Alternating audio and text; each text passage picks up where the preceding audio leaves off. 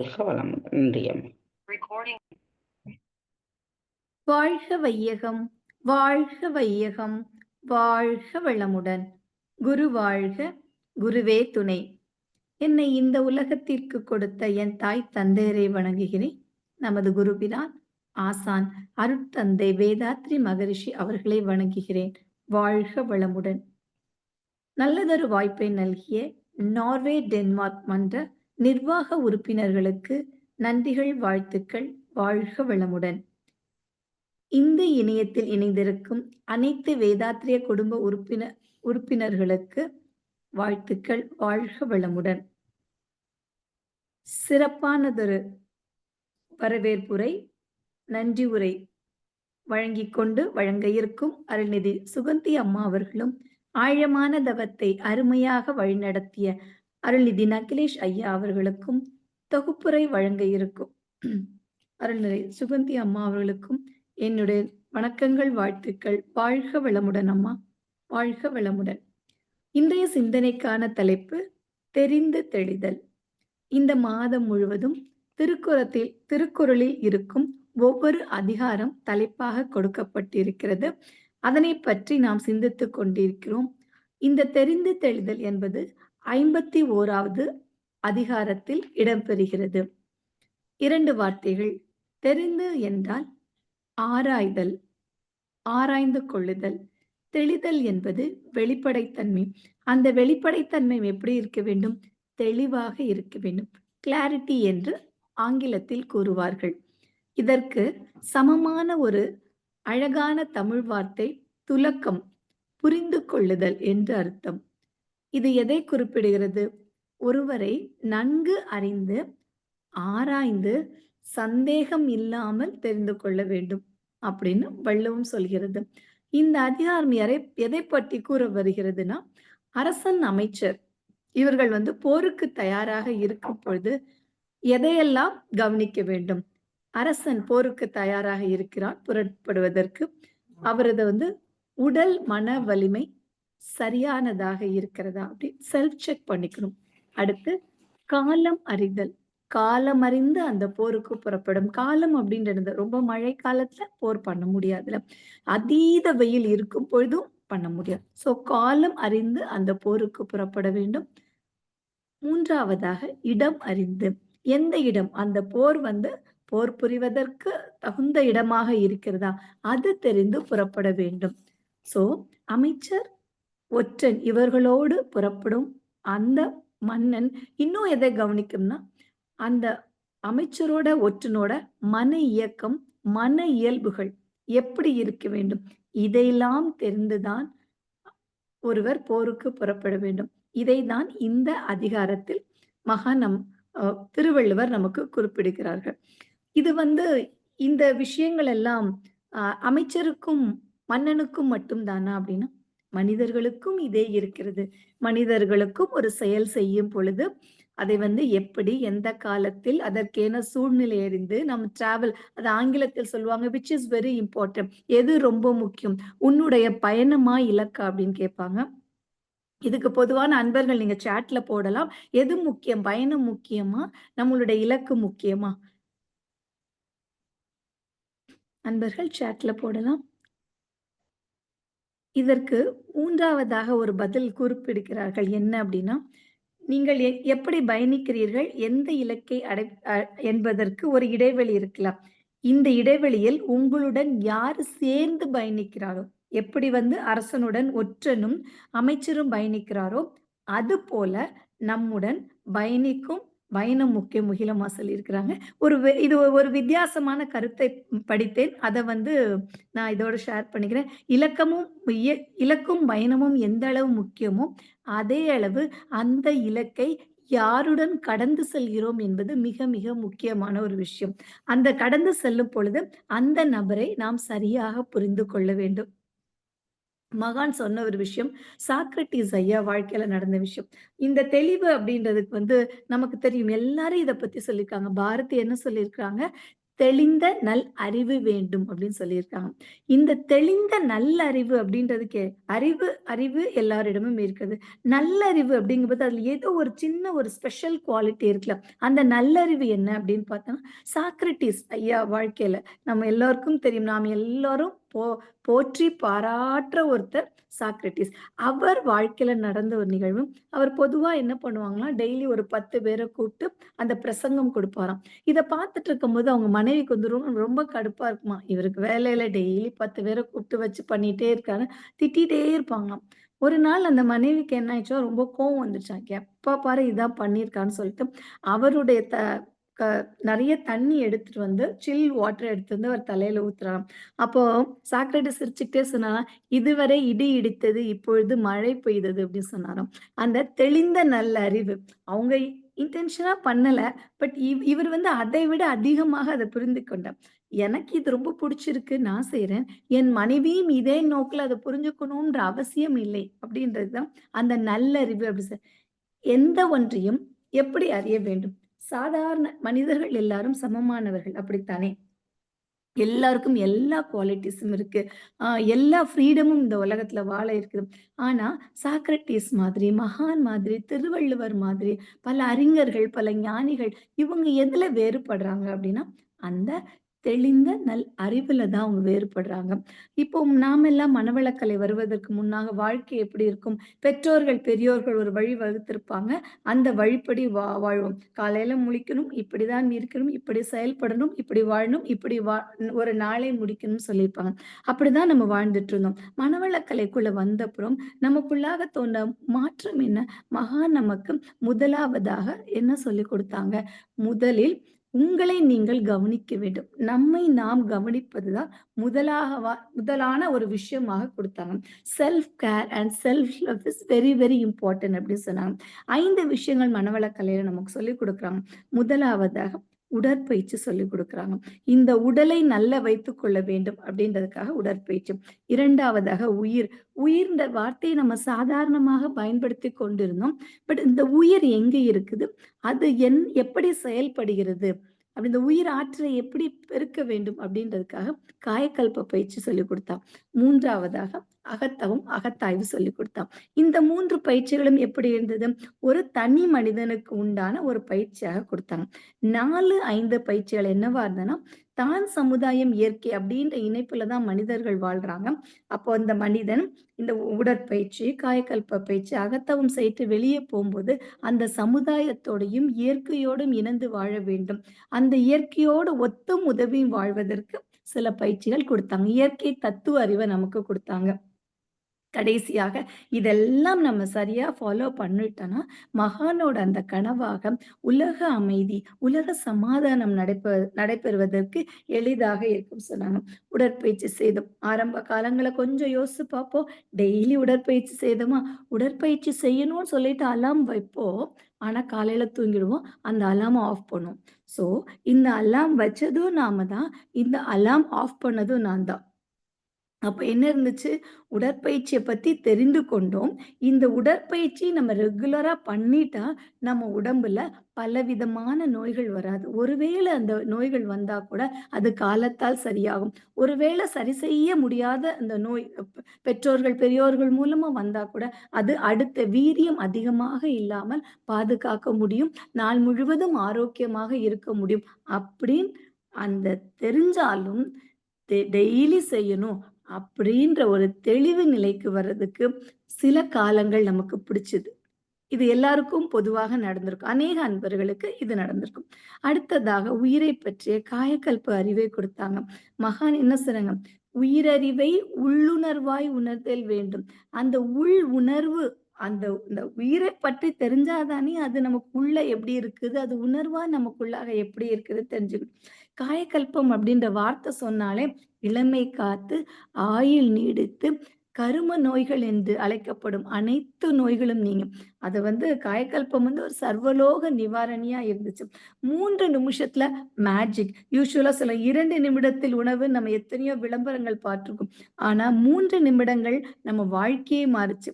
அத நாம் செஞ்சோம். ஆனா சில நாள் செய்யாம சூழ்நிலைனாலும் ஃபர்ஸ்ட்டு 45 நிமிஷம் எக்சர்சைஸ் சரி காயக்கல்பம் மட்டும் செஞ்சிடலாம் அப்படின்னு நெனச்சோம். அதுவும் சில நாட்கள் நாம் ஆரம்ப காலங்களில் செய்ய தவறிய சூழ்நிலை இருந்துச்சு. நாம் மனதார நினைத்தால் கூட அந்த சூழ்நிலையில இருந்துச்சு. இதெல்லாம் இதெல்லாம் செஞ்சுட்டு இருக்கும்போது நமக்கு அகத்தவம் அப்படின்னு ஒரு விஷயம் குடுத்தாங்க.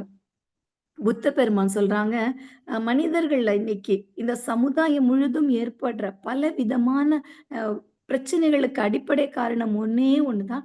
மனிதர்களிடத்தில் விழிப்பு நிலை இல்லை. விழிப்பு நிலை தவறும் பொழுதுதான் எல்லா பிரச்சனைகளும், எல்லா வாழ்க்கை சிக்கல்களும் ஏற்படுது.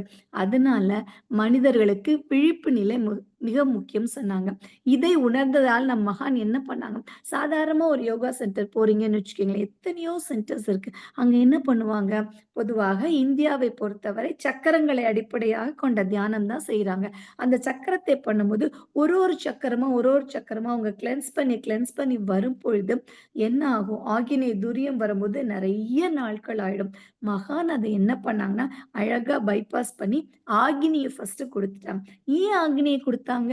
விழிப்பு நிலை தவறுவதால் தான். நாம் தவம் செய்யணும்னு நெனைக்கிறோம். நம்ம எக்சர்சைஸ் பண்ணணும்னு நெனைக்கிறோம். காயகல்பத்துல உயிர உணரணும்னு நெனைக்கிறோம். ஆனா, விழிப்பா இருக்கிறோம். அதே நிலையில இருக்கிறோமா? இந்த தவம் செய்யும் பொழுது, நமக்கு அந்த விழிப்பு நிலை வரும் பொழுது, அதுக்கப்புறம் ஒரு ஒரு 6 மாசத்துக்கு அப்புறம் என்ன ஆனாலும் இந்த 3 பயிற்சிகளும் செய்யாமல் என்னுடைய நாள் தொடங்காது. அப்படின்ற ஒரு விழிப்பு நிலைக்கு எப்போ வந்தோம்? தவத்தை நாம் விடாது செய்யும் பொழுது. இன்றைய காலத்துல நெறைய பேரண்ட்ஸ்க்கு ஒரு அடாலசென்ட் ஏஜ்ல இருக்க நெறைய பேரண்ட்ஸ் என்ன பசங்க சொன்னா கேட்க மாட்டேங்கிறாங்க, முழிக்க மாட்டேங்கிறாங்க, ஒழுங்கா படிக்க மாட்டேங்கிறாங்க. அவங்களுக்கு லைஃப்ப பத்தின கேர் இல்ல. எல்லா பெற்றோர்களும் காமனா சொல்லுவாங்க. அதுவும் மேற்கத்திய கலாச்சாரத்துல குழந்தைங்கள ரொம்ப ரெஸ்ட்ரிக்ட் கூட பண்ண முடியாது. அப்போ அந்த குழந்தைங்களுக்கு என்ன இருக்கு? விழிப்பு இருக்குதா? அப்படின்னா, விழிப்பு இருக்குது. விழிப்புக்கும் விழிப்பு நிலைக்கும் என்ன வேறுபாடு? விழிப்பு என்பது அப்படின்னா, நான் என்ன செஞ்சுட்டு இருக்கிறோமோ, அதுல ஃபுல்லா மைண்ட்ஃபுல் செஞ்சு அது மூலமா குழந்தைங்க இருக்கன்னா, படிக்கிற டைம்ல படிக்கிறோம். நல்ல வேலை பார்க்கணும். வாழ்க்கை வளங்கள பெருக்கணும். விரும்பிய வாழ்க்கைய முழுவதுமாக வாழ வேண்டும். இந்த விழிப்பு இருக்குது. ஆனா, அந்த விழிப்பு நிலை இருக்குதா அப்டின்னா, அந்த விழிப்புக்கும் விழிப்பு நிலைக்கும் இடைப்பட்ட ஒரு விஷயம் என்னன்னா, அதை வள்ளுவம் எப்படி கூறுகிறது? "தேரான் தெளிவும் தெளி தெளிதான் கண் ஐயுறும் தீரா இடும்பை தரும்." என்ன பண்றாங்க? ஆராயாம இந்த இளைஞர்கள் ஆராயாம ஒரு விஷயத்து மேல நட்பு வச்சுக்கிறாங்க. அதுவும் துன்பம் வரும். நம்பியவரை ஐயப்படும் பொழுதும் துன்பம் வரும். 2ம் ஒரே ஸ்டேட் ஆஃப் மைண்ட் தான். அந்த 2 ஸ்டேட் ஆஃப் மைண்ட்லயும் துன்பம் வருது. இது எப்படி புரிஞ்சுக்கலாம்? ஆராயாம ஃபுல் டைம் டிஜிட்டல் வேர்ல்ட்லயே இருக்காங்க. கம்ப்ளீட்டா டிஜிட்டல்லயே இருக்கிறாங்க. அந்த அத ஆராயாம செய்யும் பொழுது, அது நமக்கு உடல் அளவுல, மனதளவுல பல பேர் தூக்கமே இன்னைக்கு குறைஞ்சிருச்சுன்றாங்க ஆராய்ச்சியில. அந்த அளவு அதோட நட்பு கொள்றாங்க. பட் அந்த நட்போட வெளிப்பாடு என்னவா இருக்குது அப்படின்னு பார்த்தோம்னா, எல்லா குழந்தைங்களும் முதலாவதாக கண்ணாடி போடுறாங்க. கண்ணாடி போடாத குழந்தைங்களே இல்ல. ஒருவேளை நட்புறவுல இது எப்படி பாதிப்பு ஏற்படுது? ரொம்ப நம்புறாங்க. ரொம்ப தோழமைய மெயின்டெயின் பண்றாங்க.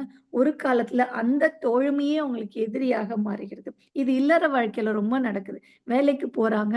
ஒரு ஆப்போசிட் பெர்சன் மேல ஒரு அட்ராக்ஷன் வருது. ரொம்ப விரும்பி பெற்றோர்கள் விருப்பத்தையும் தாண்டி அந்த திருமணம்ன்ற பந்தத்துக்குள்ள இணையறாங்க. அந்த பந்தத்திலேருந்து ரொம்ப சீக்கிரமா இந்த வருடம் தீபாவளி இல்லைன்னா, அடுத்த வருடம் தீபாவளி. அந்த மாதிரி ஒரு மனநிலையில ரொம்ப சீக்கிரமே அந்த உறவு வெளிய வந்துருது. இதுக்கு என்ன காரணம்? ஆராயாம அந்த நட்புல போய் சேர்றதும் தப்பு. ஆராய்ந்த பின்பு அந்த நட்பு மேல சந்தேகம். விரும்பி ஏத்துக்கிட்ட திருமணத்துல ஸ்ட்ராங்கா இருக்கணும் தானே! இருக்க முடியும். இது திருமணம் மட்டுமா? வேலை. இந்த பர்ட்டிகுலர் இடத்துல எனக்கு வேலை கிடைத்தால், என்னோட வாழ்நாள் முழுவதும் நல்லா இருக்கும்னு சொல்லிட்டு, எல்லா எக்ஸாம் எழுதி, எல்லாம் படிச்சு, எல்லாம் பண்றாங்க. ஆனா, அந்த இடத்துல வேலை செய்த பின்பு 1 வருடம், 2 வருடம் வேலை செய்த பின்பு, அந்த வேலையில என்ன பிரச்சனை வருதுன்னா, அவங்களுக்கு அந்த வேலையும் பிடிக்காம போகிறது. அப்போ எவ்வளவோ விழிப்பு நிலைந்து இருந்த அந்த அன்பர்களுக்கு ஏன் அந்த அந்த விரும்பிய அந்த நிலையில நிலைத்து இருக்க முடியல. இப்போ விழிப்பு நிலை அப்படின்னா, நிலை என்றால் அலையாமல் நிற்பது, நிலையாக இருப்பது நிலை. நிலையாக நிற்பது என்ன அப்படின்னு பார்த்தோம்னா, நம்முடன் இருக்கும் அந்த இறைநிலை தான். அந்த இறைநிலையை நாம் எப்பொழுது உணர்கிறோமோ, அந்த இறைநிலை நமக்குள்ளாக உள்ளுணர்வாக இருக்கிறது எப்போது உணர்கிறோமோ, அப்போ இந்த விழிப்பு நிலையில் 24/7 நாம் இருப்பது சாத்தியமாக இருக்கிறது. கொ இளைஞர்கள்லாம் என்ன உணர்ச்சி வயப்பட்ட நிலையிலே இருக்கிறாங்க. இந்த உணர்ச்சி வயப்பட்ட நிலையிலிருந்து உணர்வு நிலைக்கு மாறும் பொழுது, அந்த பரபரப்பு இருக்கிறது, கால சூழல ஓடிக்கிட்டே இருக்குது. இதெல்லாம் மாறணும்னா, அகத்தவம் செய்ய வேண்டும். அந்த அகத்தவத்துல நமக்கு கிடைக்கிறது விழிப்பு நிலை.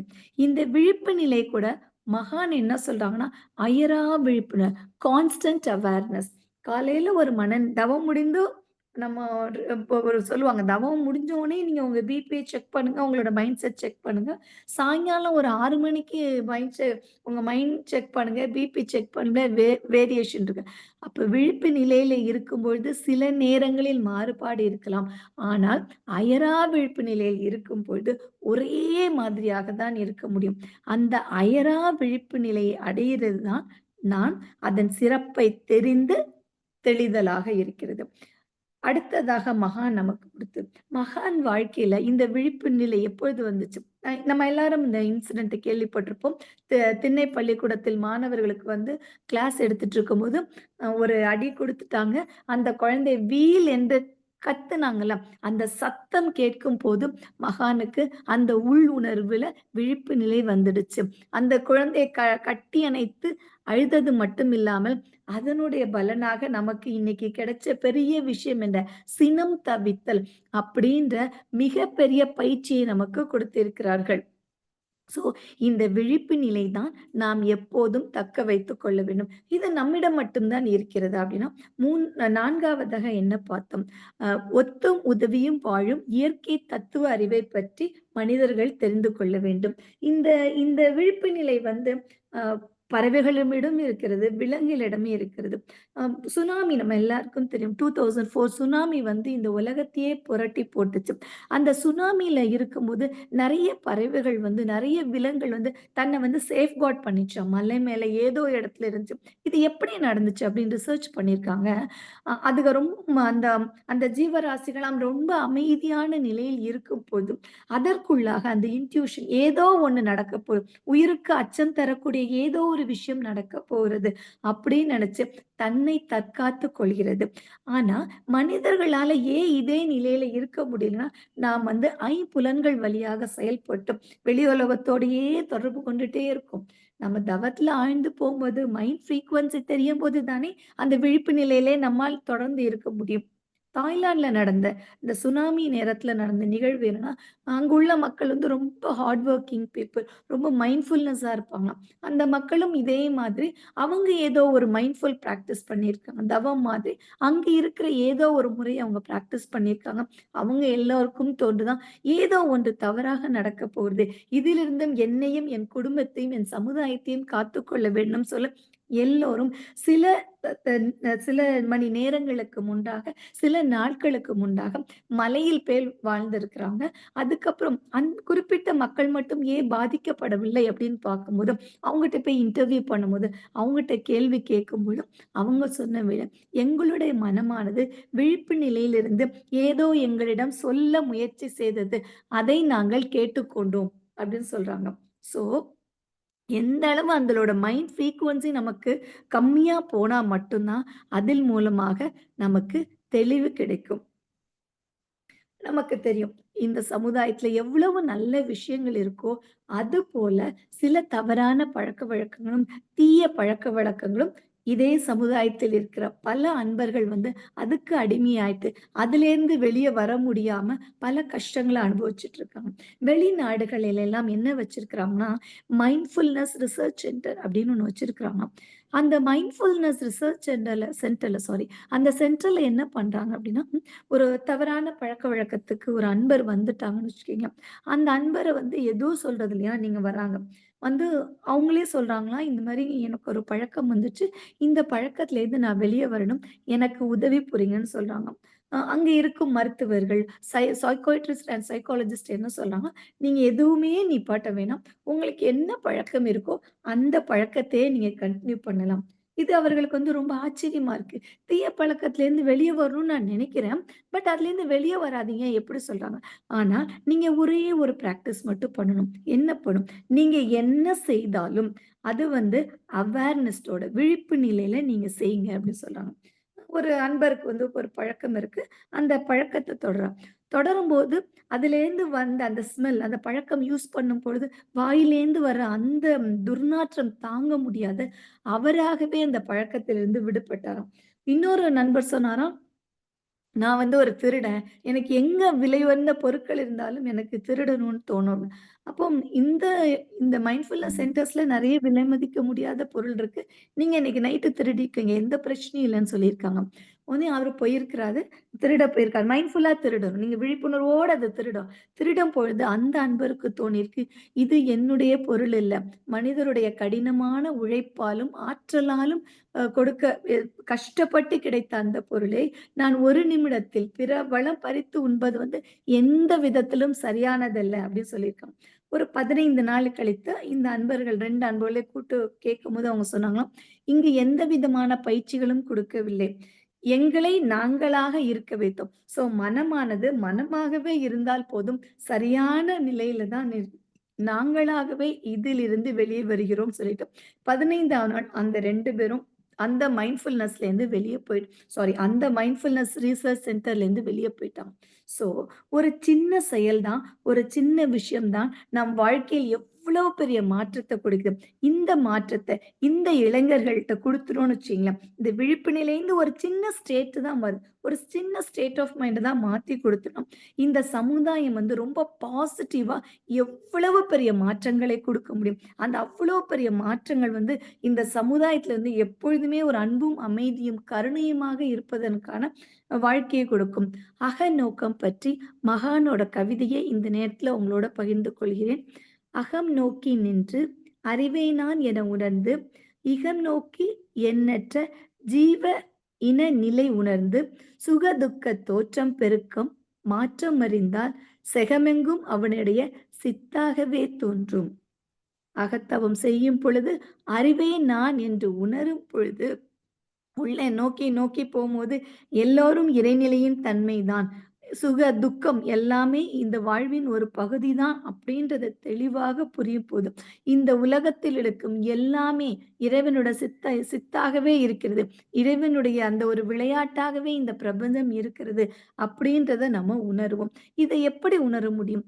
இது புரியுது. பட் எப்படி உணர முடியும் அப்படின்னா, ஒரு கிளாஸ்ல குழந்தைகளுக்கு டெஸ்ட் வச்சிருக்கிறாங்க. அந்த டெஸ்ட்ல அந்த சல்லடைன்னு சொல்லுவாங்கல்ல, அப்படி கண் தட்டு ஓட்ட ஓட்டையா இருக்கும். அதுல வந்து நீங்க நீர தூக்கணும். அந்த நீர் வந்து கீழ போகாம இருக்க வச்சுக்கணும் அப்படி சொன்னாங்களாம். அந்த குழந்தைகள் வந்து முயற்சி பண்ணியிருக்காங்க. செஞ்சு செஞ்சு பார்த்துருக்காங்க. இது முடியலையே முடியலையேன்னு சொல்லிட்டு, அடுத்த நாள் அந்த குழந்தைங்களோட அறிவு நிலையில எல்லாம் ரொம்ப இன்டெலிஜென்ட் கிட்ஸ் ஆச்சே. அந்த பசங்க என்ன ஐஸ் கியூப்ஸ தூக்கி அதுல போடும். ஐஸ் கியூப்ஸ் கொஞ்ச நேரம் நிக்கும்ல. அது உருகி போகாத கொஞ்ச நேரம். ஒரு 7 நிமிடம் நின்றுருக்கு. அதுக்கப்புறமும் அது தண்ணி வடிஞ்சுட்டே இருந்திருக்கு. இதுதான் இந்த எக்ஸ்பெரிமெண்ட் இவ்வளோதான் பண்ண முடியுது. மேலும் கீழும் தண்ணி இல்லாம எப்படி எங்களால இருக்க முடியும்? அப்படின்னு அந்த குழந்தைங்க கேட்டிருக்காங்க. அப்போ அதுக்கு அந்த ஆசிரியர் ஒரு பயிற்சி குடுத்திருக்காரு. அந்த குழந்தைங்கள கூட்டிட்டு போயிருக்காங்க. ஒரு தண்ணி தொட்டிக்குள்ள கூட்டிட்டு போயிருக்காங்க. அந்த தண்ணி தொட்டிக்குள்ள அந்த சல்லடைய போடுறாரு. அந்த சல்லடைய போடும்பொழுது, அந்த சல்லடைக்கு கீழும் தண்ணீர் தான் இருக்கு. மேலும் தண்ணீர் தான் இருக்கு.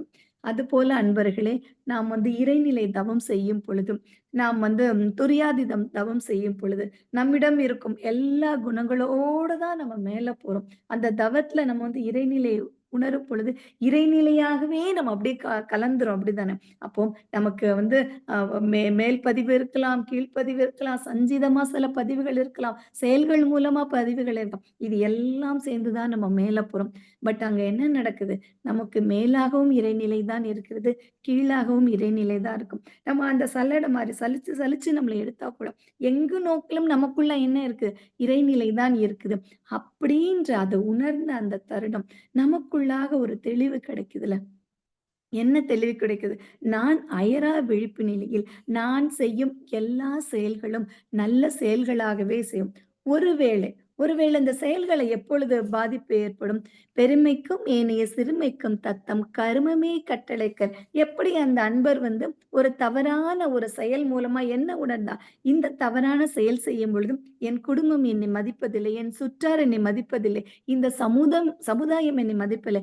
இந்த செயலிலிருந்து நான் வெளிவர வேண்டும். இந்த பழக்கத்திலிருந்து நான் வெளிவர வேண்டும். அப்படின்னு அவரு தன்னுடைய பெருமையை தானே உணர்ந்து, என்னுடைய செயல்கள் மூலமா தான் இந்த சமுதாயம் என்னை மதிக்குதுன்னு உணர்ந்து, அந்த மைண்ட்ஃபுல்னஸ் சென்டர்ல 2 அன்பர்கள் எப்படி வந்தாங்களோ, அதுபோல இந்த தவத்த நம்ம வந்து தவறாது செய்யும் பொழுது, நம்மிடம் இருக்கும் அந்த பாவ பதிவுகள கம்ப்ளீட்டாக நம்ம அத விட்டு வெளிய வந்துட்டு, இனிமேல் என்னுடைய எண்ணம், சொல், செயல் வந்து நல்லதாகவே இருக்கும். இந்த எண்ணம், சொல், செயல் முதலாவதாக எனக்குள்ளாக பதிகிறது.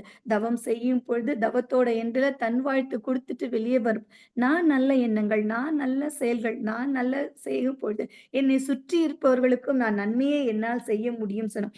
இது அனைத்தும் நானும் என்னை சுற்றி இருக்கும் காணும் அனைவரும் இறைவனின் வெளிப்பாடே அப்படின்ற ஒரு உணர்வு நிலை வரும் பொழுது நாள் முழுவதும் அயரா விழிப்பு நிலையில் செயல்படும். இந்த ஸ்டேட் நம்ம அடைந்த பிறகு, இந்த நிலையை நாம் அடைந்த பிறகு அடுத்ததாக நமக்கு கொடுக்கப்பட்டது இந்த நிலையில் இந்த உலக மக்கள் அனைவரையும் மாற்ற வேண்டும். புத்தர் சொன்னது போல், மகான் கொடுத்த பயிற்சி போல் அனைவரும் இதை அறிந்து, தெரிந்து, தெளிந்து வாழ்க்கை வளமாகவும், நலமாகவும் மாற்ற வேண்டும். அப்படி மாற்றுவதற்கு வேதாத்ரி அன்பர்களாகிய நாம் அனைவரும் தொண்டாற்றி இன்பம் காண்பேன். யான் பற்ற இன்பம் பெருக இவ்வையகம் அன்பன். இந்த நிலையில எவ்வளவு நாம் அமைதியா இருக்கும், எவ்வளவு நம்முடைய வாழ்க்கை சந்தோஷமா, கணவன் மனைவி உறவு எவ்வளவு தெளிவா இருக்கு. குழந்தைகளுக்கு இந்த அறிவு கொடுக்கும் பொழுது இனிமேல் எந்த காரணத்தை கொண்டும் குழந்தைகளை நாம் எந்த குறியும் செல்லாமல் காலம் அவங்களுக்கு அப்படி கொடுத்திருக்கிறது. இன்றைய சூழ்நிலை அவங்க அப்படி வாழ வேண்டிய கட்டாயத்துல பியர் பிரஷர்ன்னு சொல்லுவாங்க. அவங்க படிக்கிறாங்க, நான் படிக்கணும். ஃப்ரெண்டு மார்க் எடுக்கிறார், நான் படிக்கணும். அந்த பியர் பிரஷரை இந்த குழந்தைங்க ஹேண்டில் பண்றாங்க. அந்த குழந்தைங்களுக்கு அந்த இருந்து விழிப்பு நிலைக்கு மாற்றி விட்டோம் என்றால் நாளைய சமுதாயம் சிறப்பானதாகும், அமைதியாகும். நாம் மகான் கண்ட அந்த உலக அமைதியை அடையும் அந்த சமுதாயமாகவும் மாற்றுவது வேதாத்ரி அன்பர்களாகிய நாம் ஒவ்வொருவரின் கடமை என்று உணர்ந்து இந்த கடமையை ஆனந்தமாக நாம் செய்ய வேண்டும். சொல்லுவாங்க, நீ பிடித்து செய்கிறாயா? அதாவது கஷ்டப்பட்டு ஒரு வேலை செய்கிறாயா? அப்படின்னு கேட்கும்போது, நான் பிடித்து செய்யும் பொழுதுதான் அந்த வேலைக்கான பலன் வந்து ரெட்டிப்பாக மாறுகிறதுன்னு சொல்லுவாங்க. இந்த வேதாத்திரிய தொண்டை நாம் அனைவரும் ஏற்று செய்து தொண்டாற்றி இன்பம் காண்போம். நல்லதொரு வாய்ப்புக்கு நன்றி. வாழ்க வளமுடன்.